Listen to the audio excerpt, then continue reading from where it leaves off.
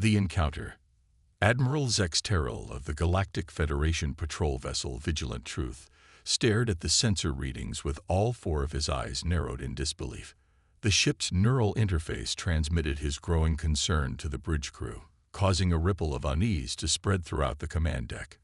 "Confirm these readings," he ordered, his voice a low rumble that vibrated the specialized atmosphere within the bridge. "This cannot be accurate."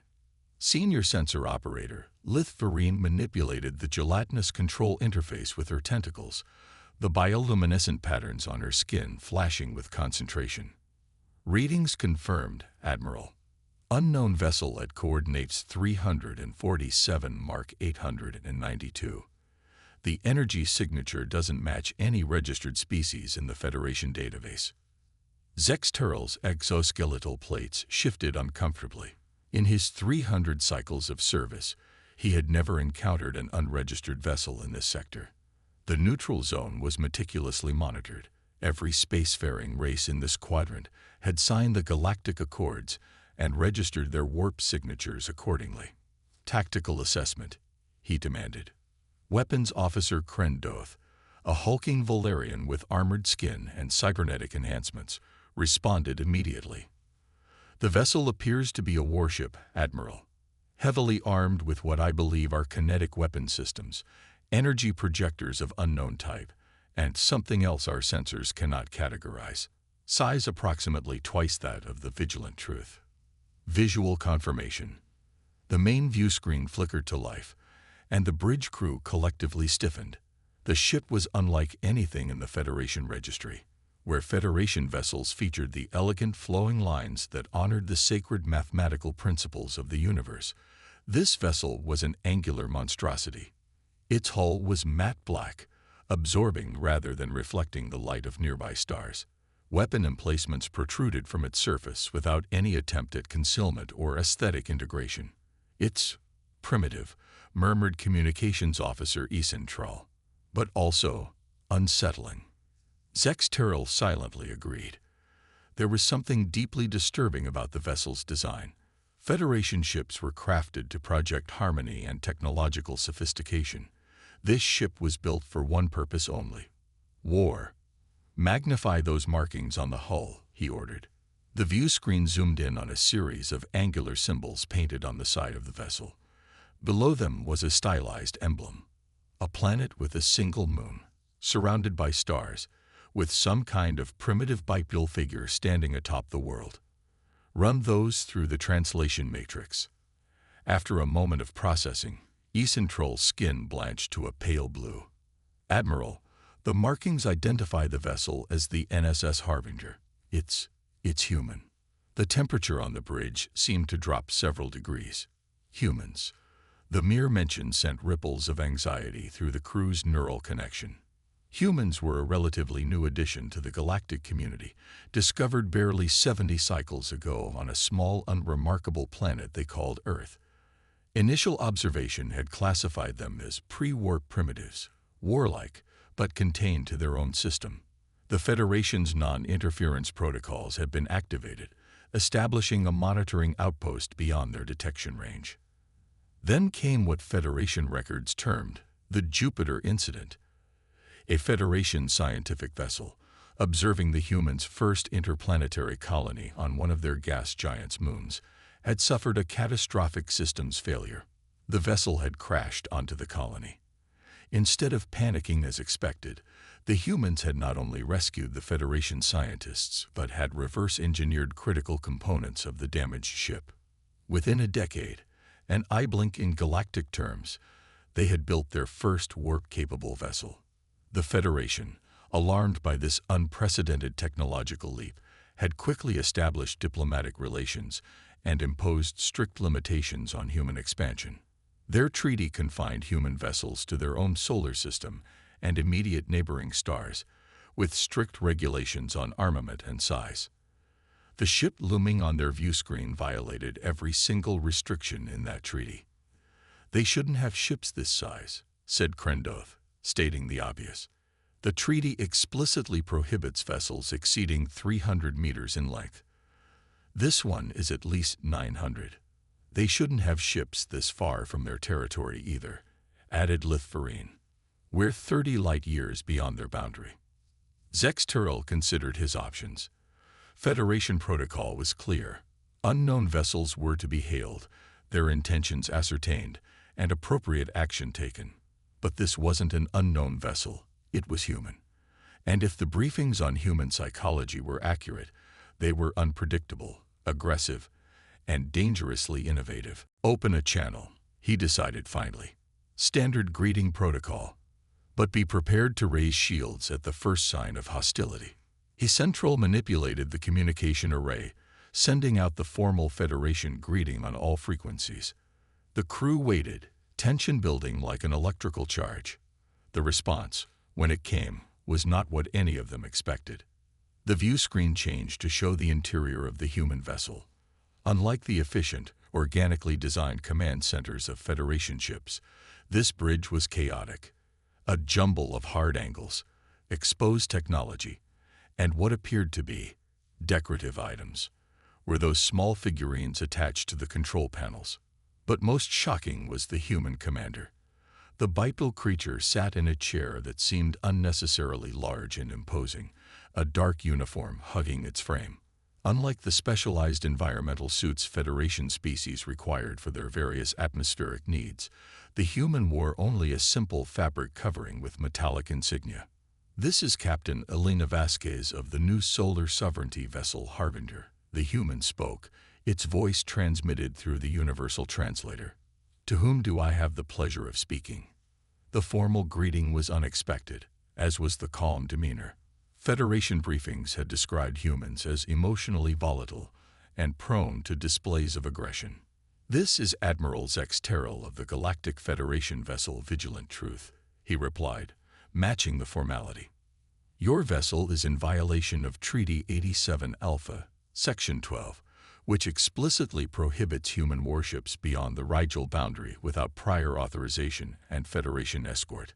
The human, Captain Vasquez, smiled, showing teeth in what humans considered a friendly gesture, but most Federation species interpreted as a threat display. Admiral, I appreciate your concern for interstellar regulations, she said smoothly. However, the Harbinger is not classified as a warship under the definitions established in the treaty appendices.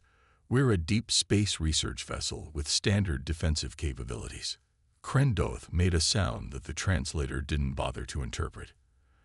Admiral, our scans indicate weapon systems capable of destroying a small moon. Standard defensive capabilities is a severe understatement. Zexteril noted that the human captain showed no reaction to this comment, suggesting either that their communication systems hadn't picked it up or, more concerningly, that the humans had developed technology capable of intercepting the Federation's secure neural transmissions. Captain Vasquez, Zexteril continued, regardless of your vessel's classification, your presence in this sector without prior notification violates multiple provisions of the treaty. I must ask you to power down your engines and prepare for inspection. The human's expression changed subtly, a narrowing of eyes, a slight tension around the mouth. These micro-expressions were documented in the Federation's Xenopsychology database on humans, indicating increased focus and possible hostility. I'm afraid that won't be possible, Admiral, Vasquez replied. Under Article 7 of the same treaty, Federation inspectors are not authorized to board sovereign human vessels without a warrant from the Human Alliance Council. We'd be happy to transmit our mission parameters and flight plan, but a physical inspection would constitute a violation of our sovereign rights. Zexteril felt his plates tighten with frustration. He had never actually read the appendices to the human treaty. Few had. They were thousands of pages of what the Federation's legal experts had dismissed as inconsequential details. A mistake, apparently. What is your stated purpose in this sector, Captain? He asked, trying a different approach. Exploration and resource survey, Vasquez replied promptly. We're mapping gravitational anomalies that may indicate the presence of dark matter concentrations. Purely scientific, with weapons systems capable of planetary devastation. Krendoth interjected, unable to contain himself. Vasquez's smile returned, but it didn't reach her eyes. The universe is full of dangers, officer, particularly in uncharted regions. Our defensive systems are proportionate to the risks we face. Before Zexteril could respond, Lithfarine interrupted with urgent neural pulses. Admiral, I'm detecting energy buildups in multiple systems throughout the human vessel. They're activating something. Shields up, Zexteril ordered immediately. Captain Vasquez, power down your... Please remain calm. Admiral, Vasquez interrupted, her voice still perfectly composed. We're simply running routine diagnostics on our sensor array. The energy signatures you're detecting are harmless. The view screen suddenly split to show another feed, a real-time tactical display of the Harbinger. What had appeared to be standard hull plating was shifting, reconfiguring to reveal previously concealed structures. Those are weapon ports, Krendoff said unnecessarily. They're activating their full armament. Captain, Zexteril said, trying to keep his voice steady, your actions are being interpreted as hostile. I must insist. Admiral, Vasquez cut in again. I assure you our intentions are peaceful. We're simply adjusting our defensive posture in response to your raised shields. Standard protocol. Zexteril felt the situation spiraling beyond his control. The humans were clearly provocation, but responding with force could trigger an interstellar incident, or worse, a war. Senior Officer Isentral, contact Federation Command, he ordered. Request immediate. I wouldn't bother, Vasquez interjected. Subspace communications are experiencing interference in this sector, something to do with those dark matter concentrations we're studying. As if on cue, the communication officer's console erupted with error messages. She's right. Admiral, Isentral confirmed, her skin pulsing with alarm patterns. Our subspace transmitter is being blocked by some kind of targeted field. That's an act of war, Krendoff growled.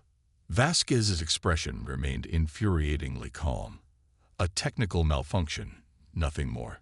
I'm sure your engineers will resolve it shortly. Suddenly, Lithfarine Station began emitting urgent alerts. Admiral, multiple ships dropping out of warp. They're all human vessels. The tactical display updated to show 5 additional ships appearing at equidistant points around the Vigilant Truth.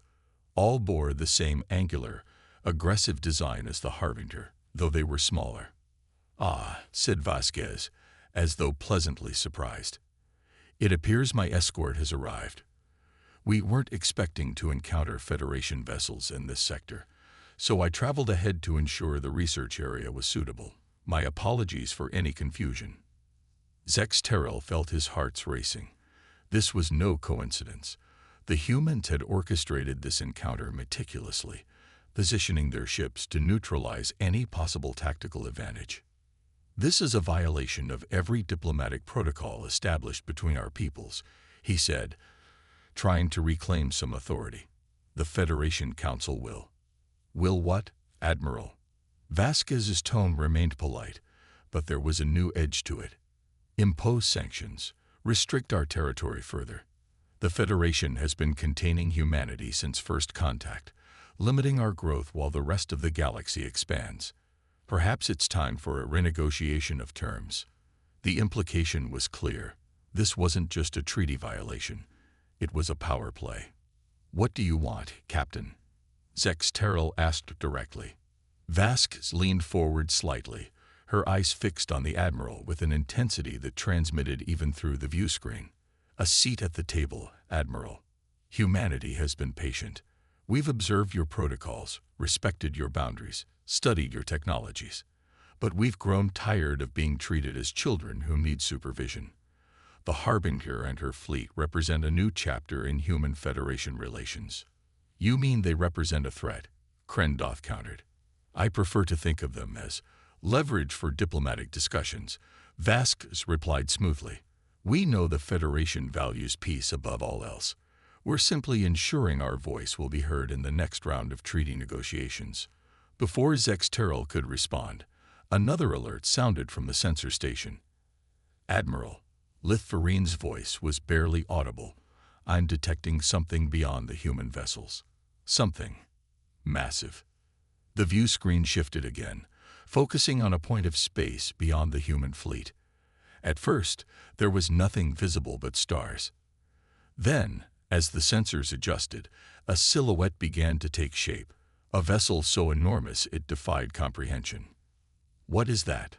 Zex Terrell whispered. Vasquez's smile returned, confident and unyielding.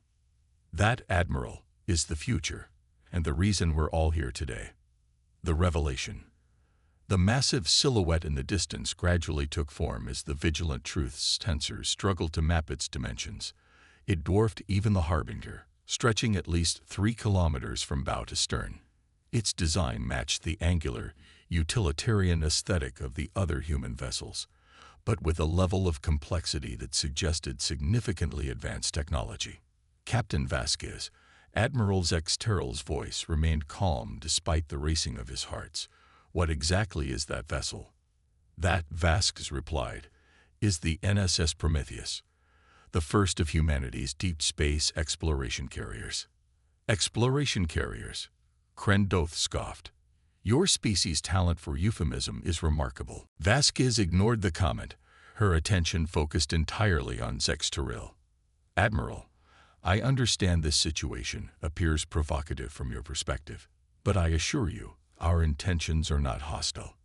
6 warships surrounding a Federation patrol vessel while jamming our communications suggests otherwise," Zex Terrell countered. "If your intentions are peaceful, prove it. Withdraw your vessels and restore our communications." "I'm afraid the situation is more complicated than that," Vasquez said, her expression growing serious. "We need your help, Admiral." This was unexpected. Zex Terrell exchanged neural pulses with his officers, their confusion matching his own. "Our help? With what exactly?" Vasquez nodded to someone off-screen, and the display changed to show a 3-dimensional star map of the sector. Several areas were highlighted in pulsing red. Over the past 18 months, human deep space probes have detected unusual energy signatures in this region. Initially, we believed they were natural phenomena, perhaps a new type of stellar formation. But 3 months ago, one of our scout ships disappeared while investigating this area. She indicated a blinking point on the map. We sent a rescue mission. They found debris. And this. The display changed again to show what appeared to be a fragment of technology. Its design was unlike anything Zex Terrell had ever seen, neither Federation nor human. The material seemed to shift and flow even as they watched, its surface reflecting light in ways that defied conventional physics. "We've analyzed this technology extensively," Vasquez continued. "It's beyond anything in our database. More importantly, it's beyond anything in yours." Zex Terrell felt a cold sensation spreading through his neural network. "How could you possibly know what's in the Federation database?" Vasquez's expression remained impassive. "The Jupiter incident gave us more than just warp technology, Admiral. We've had access to portions of your database since then, enough to know that this technology doesn't match any known species in the galaxy." The implications were staggering. If humans had been accessing Federation data for decades without detection, what else had they learned? What other treaty violations remained undiscovered? "You still haven't explained why you need our help," Zex Terrell said, refocusing the conversation. "Because whatever this is, it's hostile," Vasquez replied. "And it's coming." The display shifted again, showing a series of energy readings. Even to Zex Terrell's trained eye, they made little sense, patterns that seemed to defy the laws of physics as the Federation understood them. "These energy signatures have been increasing in frequency and intensity over the past month," Vasquez explained. "Our scientists believe there's some form of faster-than-light communication. We've been trying to decrypt them, but the mathematical principles are unlike anything we've encountered." Lithverine, who had been analyzing the data through her neural link, suddenly pulsed with alarm. "Admiral, these patterns, they're similar to theoretical models of transdimensional physics. technology that could potentially bridge different realities. Exactly, Vasquez said, nodding approval at the sensor officer. We believe we're dealing with an extra-dimensional incursion, a species from outside our universe, attempting to establish a foothold in our reality. The bridge of the vigilant truth fell silent as the implications sank in. The Federation had theorized about parallel dimensions for centuries, but had never found evidence of their existence, let alone contact between them. If what you're saying is true, Zexterral said slowly, this is a matter for the full Federation Council, not a confrontation in neutral space. We tried diplomatic channels, Vasquez replied, an edge of frustration entering her voice. 6 months ago, we sent a formal request to present our findings to the Council. It was denied. 3 months ago, after losing our scout ship, we sent another request with preliminary evidence. It was placed under review. Meanwhile, these incursions are increasing. Krendoth's neural signals pulsed with skepticism. Convenient that we have only your word for this. Vasquez's expression hardened. Officer, humanity has many flaws, but we don't fabricate existential threats. The evidence is available for your scientists to verify. Before Krendoth could respond, Lithfarine interrupted with urgent neural pulses. Admiral, I'm detecting an unusual spatial distortion forming approximately 12 million kilometers from our position. The main view screen shifted to show what appeared to be empty space. Then, gradually, a shimmer became visible, like heat ripples in atmosphere, but spanning thousands of kilometers. It's happening again, Vasquez said quietly. This is why we're here, Admiral. This is what we've been tracking. The distortion grew, space itself seeming to fold and unfurl in ways that made Zexterral's vision blur. At the center of the phenomenon, something began to take shape, a structure of some kind, emerging as if being constructed molecule by molecule. What is that? He whispered. We call it a breach point, Vasquez replied. A temporary intersection between dimensions. They've been appearing with increasing frequency, but never this large. Suddenly, alarms blared across both ships. Energy spike. Lithfarine called out. Something's coming through. The distortion rippled violently, and then a shape pushed through. A vessel, if it could be called that. Its form defied conventional geometry, parts of it seeming to exist in configurations that shouldn't be possible in three-dimensional space. Its surface rippled with the same flowing material they had seen in the debris sample.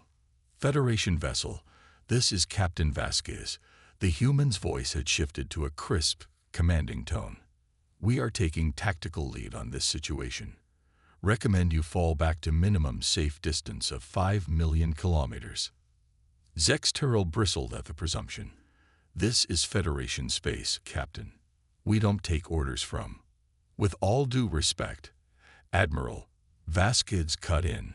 We've encountered these entities before. You haven't. And in approximately 40 seconds, that thing is going to start firing. As if triggered by her words, the alien vessel began to emit pulses of energy, not beams or projectiles, but spherical waves that distorted space itself as they expanded. Evasive maneuvers, Zexterral ordered. The vigilant truth banked sharply, but one of the pulses grazed their port side. Immediately, systems began failing across the ship. Direct hit to engineering sections, reported Krendoth. Power fluctuations shipwide. Whatever that was, it's disrupting our energy distribution networks. On the view screen, the human vessels were already responding with coordinated precision. The 5 smaller ships had formed a pentagonal formation around the Harbinger, while the massive Prometheus advanced directly toward the alien intruder. Admiral, Vasquez's voice came through despite the communication disruptions. Our weapons have proven moderately effective against these entities, but we need your sensor capabilities. Your crystalline array technology can detect fluctuations in the dimensional barrier that our systems miss. Zexterral hesitated. Federation protocol strictly prohibited sharing tactical sensor data with restricted species like humans. But as another pulse from the alien vessel narrowly missed them, He made his decision. Establish a secure data link with the human vessels. He ordered Ecentrol. Transfer sensor protocols only. Receiving your data now, Admiral. Vasquez confirmed moments later. Thank you for your cooperation. On the screen, the human vessels began firing. Not the crude kinetic weapons Zexterral had expected, but precisely calibrated energy beams that seemed to disrupt the alien vessel's structural integrity. Where the beams struck, the flowing surface material froze and shattered. Captain, Zexterral said, watching the battle unfold, these weapons are far beyond what the treaty permits human vessels to carry. Yes, they are. Vasquez agreed without apology. We developed them specifically to combat these incursions. Conventional weapons are ineffective. Another pulse from the alien vessel struck the Harbinger directly. The human ship shuddered but continued firing. Damage report. Zexterral heard Vasquez's demand of her crew. Dimensional stabilizers at 60%, came the response. Localized breaches on decks 7 through 9.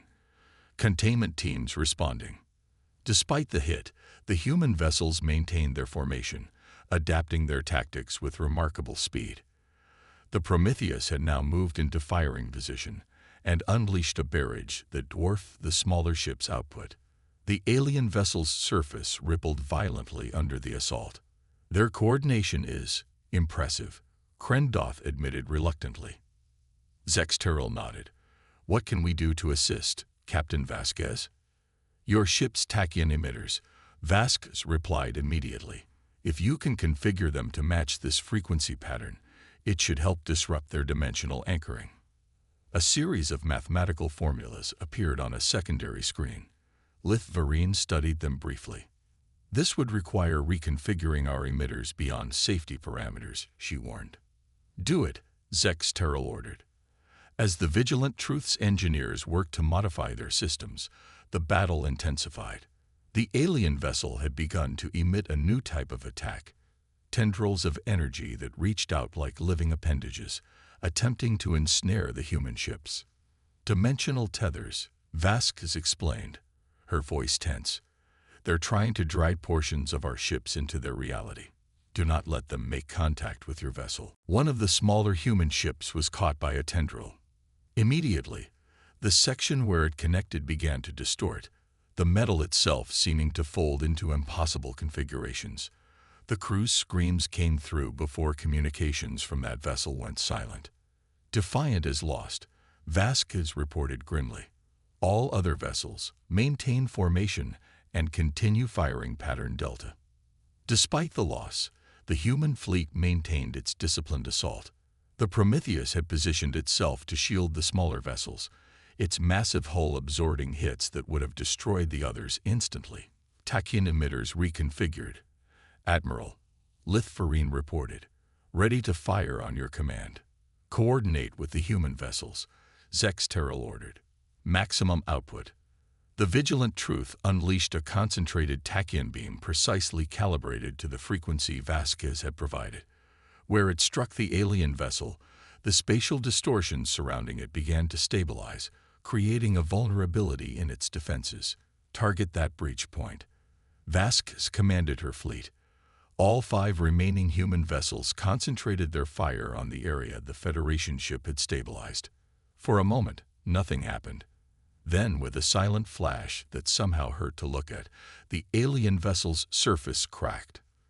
The crack spread rapidly, light pouring from within, not the light of explosions or energy, but something fundamentally wrong, as if reality itself were bleeding through the wound. It's losing dimensional coherence, Lithvarine reported. The breach is collapsing. The alien vessel began to fold in on itself, parts of it seeming to disappear into directions that didn't exist. With a final pulse of distorted spacetime, it vanished, leaving only scattered debris that itself began to dissolve into nothingness. Silence fell across the battlefield. The human vessels maintained their formation, systems still at full combat readiness. Stand down to condition yellow. Vasquez ordered her fleet after confirming the threat was neutralized. Then, to Zexterral. Thank you for your assistance, Admiral. Your ship's intervention was crucial. Zexteril studied the human captain carefully. You engineered this entire encounter, didn't you? You knew we patrolled this sector. You wanted us to witness this incursion firsthand. Vasquez's expression remained neutral. We needed the Federation to take this threat seriously. Words in a report wouldn't accomplish that. Direct experience would. You risked interstellar war. We risked 6 ships and 1 diplomatic incident to prevent the extinction of both our species, Vasquez countered. These incursions have been increasing exponentially. Our scientists project that within 2 years, they'll be unable to contain. Zexteril absorbed this information silently. If the humans were correct, and the evidence he had just witnessed suggested they were, the galaxy faced a threat unlike any in recorded history. You've violated numerous provisions of the Treaty of Rigel, he said finally. Expanded your fleet beyond permitted limits. Developed prohibited weapons technologies. Hacked Federation databases. Yes, Vasquez admitted without hesitation. We did what was necessary for survival. As you just saw, conventional weapons are useless against these entities. Conventional diplomatic channels were closed to us. We adapted. That seems to be what humans do best. Zexteril observed. Adapt, often in ways that terrify the rest of the galaxy. Vasquez smiled slightly. It's kept us alive this long. Zexteril considered his options. Federation protocol was clear about treaty violations of this magnitude, but protocol had never anticipated extra-dimensional invasions. I will report this incident to the Federation Council, he said finally, including both your treaty violations and the evidence of this new threat. I suspect there will be consequences for how you've chosen to bring this to our attention. We expected nothing less, Vasquez replied. But the Council needs to understand. Humanity will not sit idle while bureaucracy debates. The Prometheus and her fleet will continue to patrol these sectors and respond to incursions, with or without Federation approval. It was not quite a threat, but the implication was clear.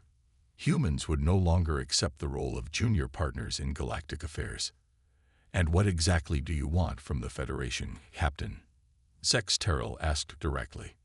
Recognition of the threat, cooperation in research and defense, and, she paused, revision of the Treaty of Rigel to acknowledge humanity's right to defend itself without artificial constraints. Krendoth's neural signals pulsed with alarm.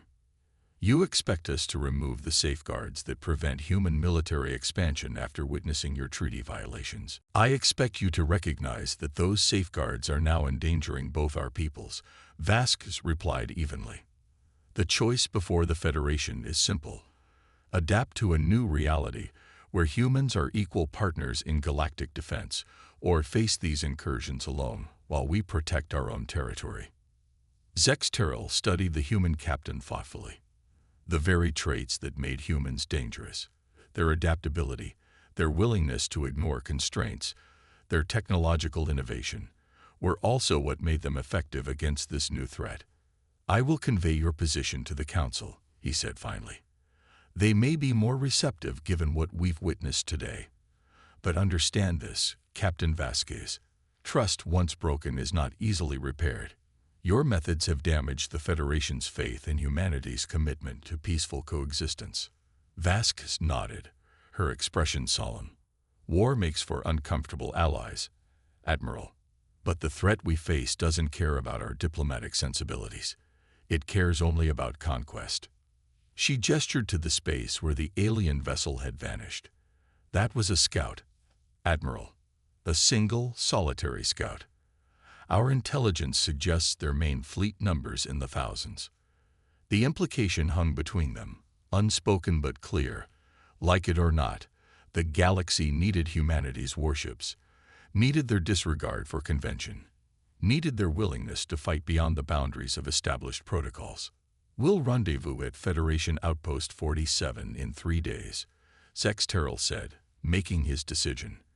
Bring your data, your debris samples, and your tactical analyses. I'll ensure the right people are present to receive them. Relief flickered briefly across Vasquez's face. "Thank you, Admiral." "Don't thank me yet, Captain.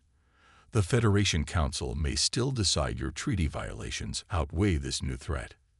"Then they're fools," Vasquez said simply, "and humanity will stand alone, as we've done before." As the communication ended and the human vessels began to withdraw, Zex Terrell remained at the viewport, watching the massive Prometheus as it moved away. The ship was a monument to human ingenuity, human determination, and human disregard for limitations imposed by others. "They terrify me," Krendoth admitted through their neural link, "what they could become without our constraints." "They terrify me too," Zex Terrell replied. "But perhaps that's exactly what we need right now. Something terrifying enough to fight the darkness between dimensions." The Prometheus engaged its drive, disappearing in a flash of light that bent the very fabric of space. Humanity had broken the chains the galaxy had placed upon them, crafting weapons and ships beyond anything permitted by treaty. And in doing so, they might have just saved them all.